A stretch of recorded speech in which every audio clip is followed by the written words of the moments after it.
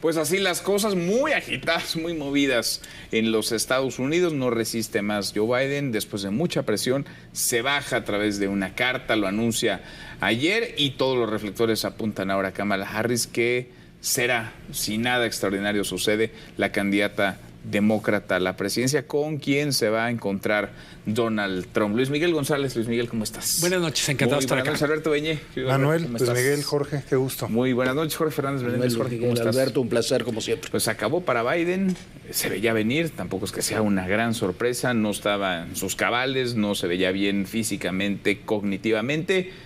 ¿Qué viene ahora? Kamala Harris, a quien muchos criticaban por ese bajo perfil como vicepresidenta, ¿le puede ganar, Jorge, a Donald Trump? Como poder puede, digamos, a pesar de todos los males de Joe Biden, no había tanta diferencia en las encuestas, aunque por el sistema electoral de Estados Unidos, los estados fundamentales en disputa del Consejo Electoral, en todos iba ganando por 5 o 6 puntos Donald Trump. Pero yo creo que lo de Joe Biden, yo creo que Joe Biden fue un buen presidente. La verdad hizo cosas económicas, haber derrotado a Donald Trump como dijo en su momento Obama, ya eso ya era heroico. Pero más allá de eso, evidentemente no estaba en condiciones de afrontar una campaña y una campaña contra Donald Trump. Kamala Harris yo creo que sí está en condiciones de hacerlo. Creo que tuvo un bajo perfil, como tú decías, pero aparentemente también fue un bajo perfil por diferencias del equipo de Kamala Harris con el equipo de Joe Biden, después de la visita aquella que tuvo a México, muy sonada por el tema de la frontera, que fue a Centroamérica. Después ya no se metió en el tema fronterizo Kamala Harris y creo que tiene un argumento que va a ser muy fuerte. Es mujer, es mucho más joven que Donald Trump, es afroamericana, digamos, aunque en realidad es hindú, india, y es una ex fiscal exitosa de California, sí, acusada incluso de tener mano dura, que como dijo hoy va a ser su argumento, yo a las personas como usted las metí a la cárcel, ¿no? O sea, no es lo mismo que Trump es un delincuente convicto con Joe Biden a que se encuentre con una Kamala Harris. Donde el veterano de la contienda ya va a ser Donald Trump. Que hay que recordar, Kamala Harris, por ejemplo, en los debates que tuvo cuando fue la candidatura que ganó Joe Biden originalmente, sí, no lo hizo nada mal. Después Joe Biden la eligió como candidata a vicepresidenta, pero no lo hizo nada mal. Es una mujer con mucha experiencia política. Entonces, a ver qué es lo que resulta. A ver, vamos a ver la verdadera Kamala Harris, la vamos a ver ahora en campaña. Creo que todavía no la conocemos. Luis Miguel. Juego nuevo. Yo diría, Kamala Harris es una incógnita. Claro. Su perfil fue tan bajo como vicepresidenta que prácticamente puede inventarse como personaje en los próximos 3 meses. ¿Qué personaje necesitan los demócratas? Yo diría alguien que unifique a todo el rechazo a Trump y gane algunos positivos. Y creo que si hace una semana decíamos esto, ya va a ser casi un trámite, porque Trump se ve muy fuerte, hasta el atentado contribuye a esta narrativa casi de sobreviví, por tanto hay un destino que me espera. Pues ahora Kamala tiene, yo diría, un margen importante para inventarse, es mucho tiempo, y creo que una señal de la expectativa que generó es prácticamente 8 horas después se había recaudado, si no recuerdo mal, $50 millones. Creo que vamos a los 80 llegó, 80 y tantos. Récord. Y ya tiene los delegados. Y ya tiene los delegados. Ya los tiene. Ya va a ser la candidata, ¿no? Está cantado. Va a ser la candidata, y eso cambia las condiciones del juego. Le mueve de alguna manera en un escenario muy cómodo a Donald Trump.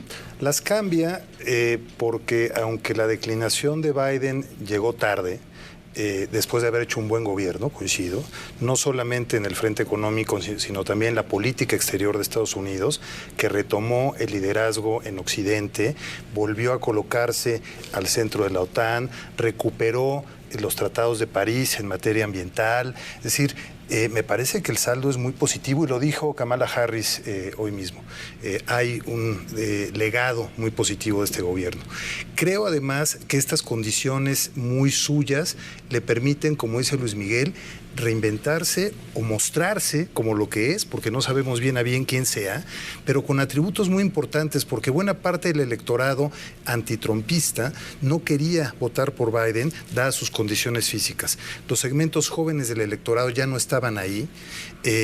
En grupos que exigían rigor, firmeza frente a la migración, creo que Harris va a mandar estos mensajes por su trayectoria de determinación, de carácter.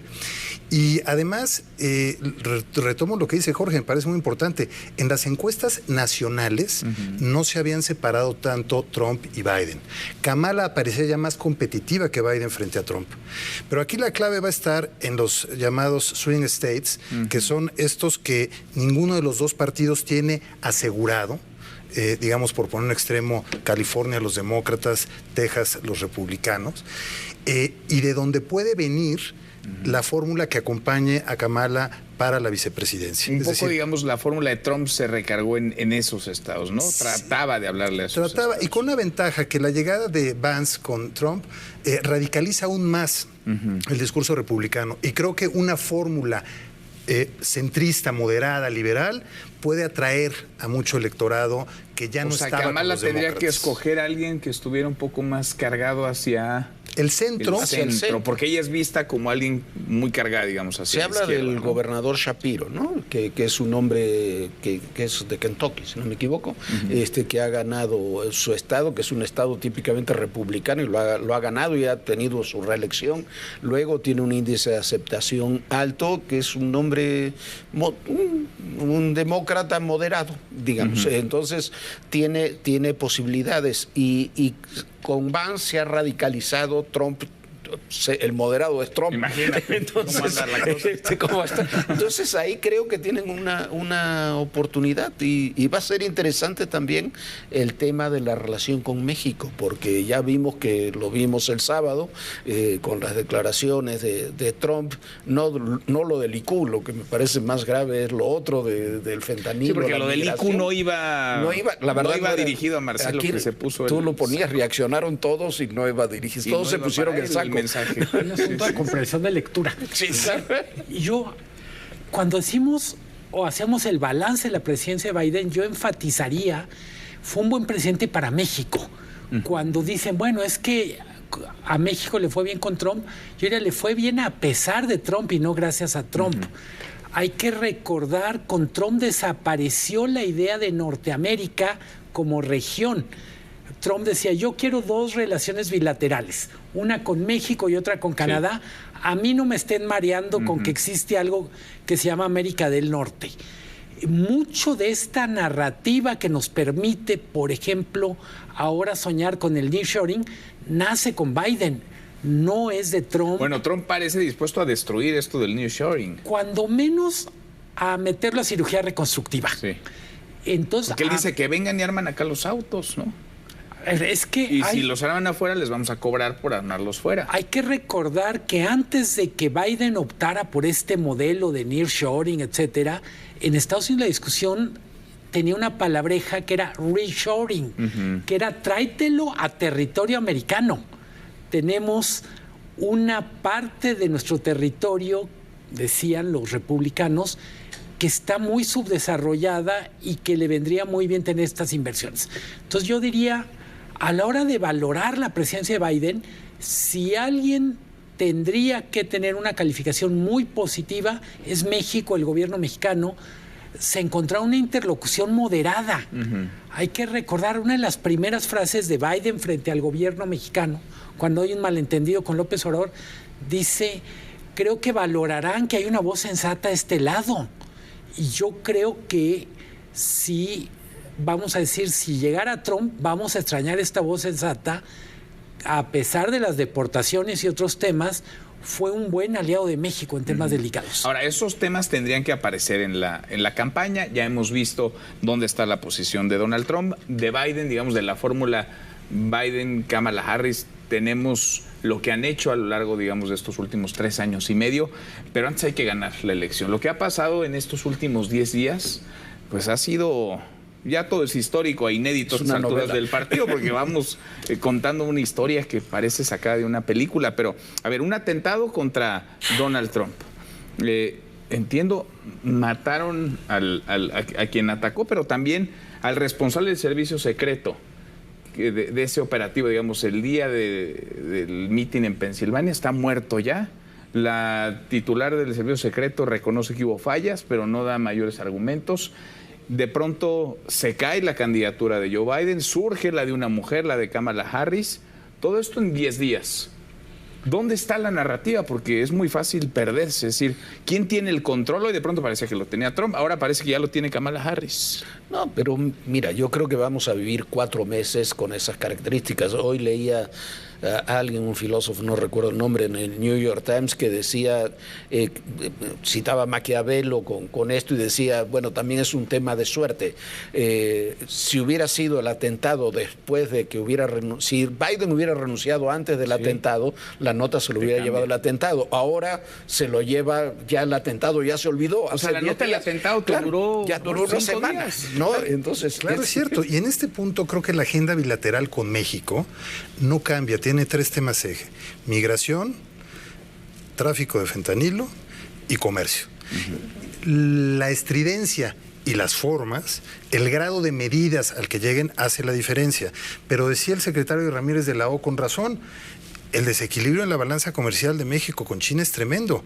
Cada año nos han vendido, en el más reciente, 119,000 millones de dólares y nos han comprado 11,000. Es decir, es un desbalance insostenible para cualquier economía. Entonces, lo que está ocurriendo en Estados Unidos es algo que México debe compartir en términos de una competencia más equilibrada y de la visión global, digamos, o regional de América del Norte. Esos son los 3 temas. Y es China, pero que en última instancia lo que está discutiendo es China, fentanilo y migración. Lo que sí hay que asumir, sí, los tonos van a ser diferentes, como dice Luis Miguel, Kamala o lo hacía Biden, entienden a América del Norte como una región. Trump no, quiere relaciones, no le gustan los acuerdos, quiere relaciones bilaterales, cree que saca más ventaja con eso. Pero más allá de eso, tenemos que asumir que en migración, en fentanilo y en el tema de comercial con China, estamos con políticas equivocadas. Hay que... ¿Nosotros o la región?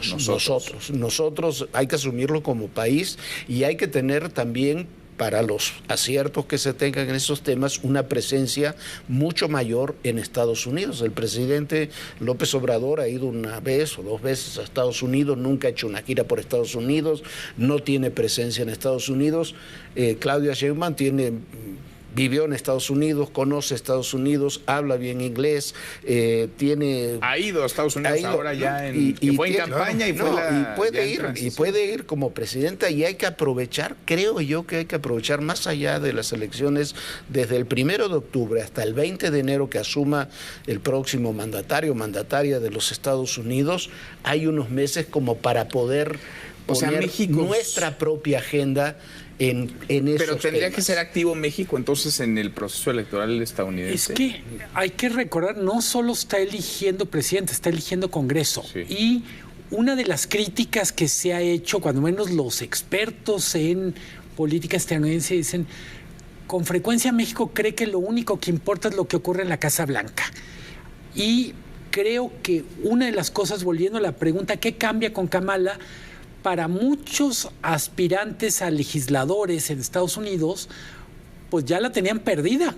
Entonces, el que haya legisladores menos radicales, que sean competitivos, también cambia o puede cambiar la agenda para México. Son los 3 temas que decían Alberto y Jorge. Yo incluiría manejo de la frontera, que es medio ambiente, es infraestructura estratégica. Agua. Bueno, el tema energético también. Entonces, tema energético, ¿no? Para mí, parte del asunto es México va a tener que encontrar un grupo de interlocutores en Estados Unidos más amplio, en parte porque nuestra agenda ya es mucho más compleja. Son gobernadores de estados de la frontera, son legisladores que son importantes en temas claves para México. Entonces yo diría, está en juego la presidencia, pero otros puestos Pero en la clave. campaña tendría que ser prudente. Eso es un punto fundamental. Yo creo que en la campaña México no se tiene que meter. Nos equivocamos cuando invitamos, el presidente Peña invitó a Trump aquí a Los Pinos, se equivocó el presidente López Obrador cuando fue a la Casa Blanca, que estaba en la campaña contra Hillary Clinton, no contra Joe Biden, ya esta era la campaña contra Joe Biden. Son errores. Se equivocó el presidente Salinas cuando apoyó a Bush en contra de Clinton, en pleno Tratado de Libre Comercio. Nos hemos equivocado en muchas ocasiones en eso. No hay que meterse en la campaña, apoyar a un candidato contra el otro, pero sí hay que meterse en la agenda. Sí hay que, como dice Luis Miguel, a ver, tú tienes que hacer trabajo en los distritos, con los representantes, con los gobernadores, porque todo eso está en disputa y es poner los temas de la agenda y poner lo que propone México en esa agenda. Eso sí creo que es muy importante. Esta distinción me parece clave. No involucrarnos en la contienda, sí colocar nuestra agenda con interlocuciones múltiples, porque eso no se entiende en efecto muchas veces desde México, y es clave tener interlocución con los congresistas y con muchos actores, think tanks, universidades, periódicos, en fin, y que sea congruente lo que planteamos en la agenda con nuestras políticas domésticas en cualquier ámbito. Es decir, tú no puedes estar planteando apertura en materia comercial si estás dejando que pase por aquí producción china o componentes chinos que están afectando a nuestra economía. Es decir, tiene que haber congruencia. Al final a mí me simpatizó mucho que ha dicho Kamala Harris esto de fui fiscal y conozco a tipos como depredadores, abusadores sexuales, estafadores de consumidores, y lo describió muy dura. Es decir, arrancó con firmeza, con determinación, y eso pinta bien. A ver, hablando de México y de la elección, ¿quién nos convendría que gana? En términos muy prácticos. Donald Trump, Kamala Harris, 2 proyectos, 2 visiones, 2 realidades para nuestro país, para el corto, mediano y largo plazo. ¿Quién le conviene a México? A ver, de manera simple, nos convienen más los demócratas, aunque son más intervencionistas en asuntos mexicanos, por tradición.